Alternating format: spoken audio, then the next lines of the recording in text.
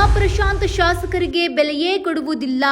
ಶಾಸಕರು ಸಭೆಯಲ್ಲಿ ಇದ್ರೆ ಮುಖ ತಿರುಗಿಸಿಕೊಂಡು ಕೂರುತ್ತಾರೆ.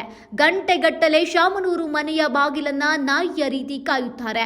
ಎಸ್ಪಿ ಶಾಮನೂರು ಕುಟುಂಬದ ಪೊಮೇರಿಯನ್ ನಾಯಿಯಂತೆ ವರ್ತಿಸ್ತಾ ಇದ್ದಾರೆ. ಅವಹೇಳನ ಮಾಡಿರೋ ಬಿಪಿ ಹರೀಶ್ ನನ್ನ ಕುರಿತು ಅವಹೇಳನಕಾರಿಯಾಗಿ ಮಾತನಾಡಿದ್ದಾರೆ ಎಂದು ಆರೋಪಿಸಿ ಜಿಲ್ಲಾ ಪೊಲೀಸ್ ವರಿಷ್ಠಾಧಿಕಾರಿ ಉಮಾಪ್ರಶಾಂತ್ ದೂರು ಎಫ್ಐಆರ್ ದಾಖಲು.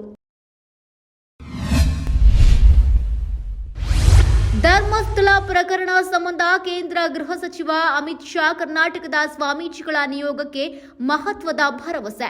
ಪ್ರಕರಣದ ತನಿಖೆಯನ್ನ ಎನ್ಐಎಗೆ ವಹಿಸಬೇಕೆಂದು ಮನವಿ ಮಾಡಿದ ಸ್ವಾಮೀಜಿಗಳ ನಿಯೋಗದ ಜೊತೆ ಮಾತನಾಡಿದ ಶಾ, ನಾನೇ ಎಲ್ಲವನ್ನ ಸೂಕ್ಷ್ಮವಾಗಿ ನೋಡ್ತಾ ಇದ್ದೀನಿ, ಕ್ರಮ ಕೈಗೊಳ್ಳುತ್ತೀವಿ ಎಂದು ಭರವಸೆ.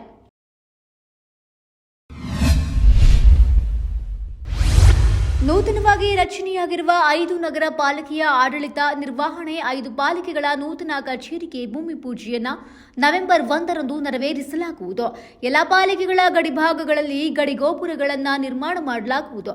ಪಾರದರ್ಶಕ ಆಡಳಿತಕ್ಕಾಗಿ ಸಾರ್ವಜನಿಕರು ಕೂಡ ಪಾಲಿಕೆಯೊಂದಿಗೆ ಕೈ ಜೋಡಿಸಬೇಕು. ಉಪಮುಖ್ಯಮಂತ್ರಿ ಹಾಗೂ ಬೆಂಗಳೂರು ಅಭಿವೃದ್ಧಿ ಸಚಿವ ಡಿಕೆ ಶಿವಕುಮಾರ್ 5 ಪಾಲಿಕೆಗಳಿಗೆ 300 ಕೋಟಿ ರೂಪಾಯಿ ಅನುದಾನ, 500 ಇಂಜಿನಿಯರ್ಗಳ ನೇಮಕ.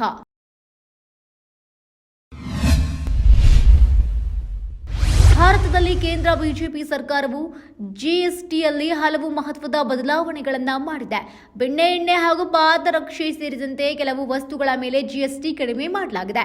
ಇನ್ನು ಮುಂದೆ ದೇಶದಲ್ಲಿ ಕೇವಲ 2 ಹಂತದ ಅಂದರೆ 5% ಮತ್ತು 18% ಜಿಎಸ್ಟಿ ಮಾತ್ರ ಇರಲಿದೆ. ಸಣ್ಣ ವ್ಯಾಪಾರಿಗಳು, ಉದ್ಯಮಗಳು ಮತ್ತು ಕೈಗಾರಿಕೆಗಳಿಗೆ ಹೊಸ ಅವಕಾಶಗಳನ್ನು ಸೃಷ್ಟಿ ಮಾಡುತ್ತೆ.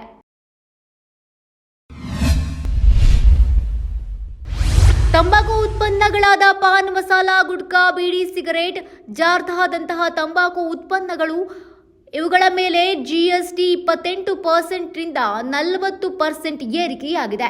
ದೈನಂದಿನ ಬಳಕೆಯ ವಸ್ತುಗಳನ್ನು ಈ 40% ತೆರಿಗೆ ಸ್ಲ್ಯಾಬ್ನಿಂದ ಹೊರಡಿಸಲಾಗಿದೆ.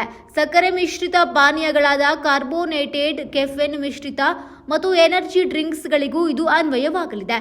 40% ಜಿಎಸ್ಟಿ 2025ರ ಸೆಪ್ಟೆಂಬರ್ 22ರಿಂದ ನೇರವಾಗಿ ಜಾರಿ.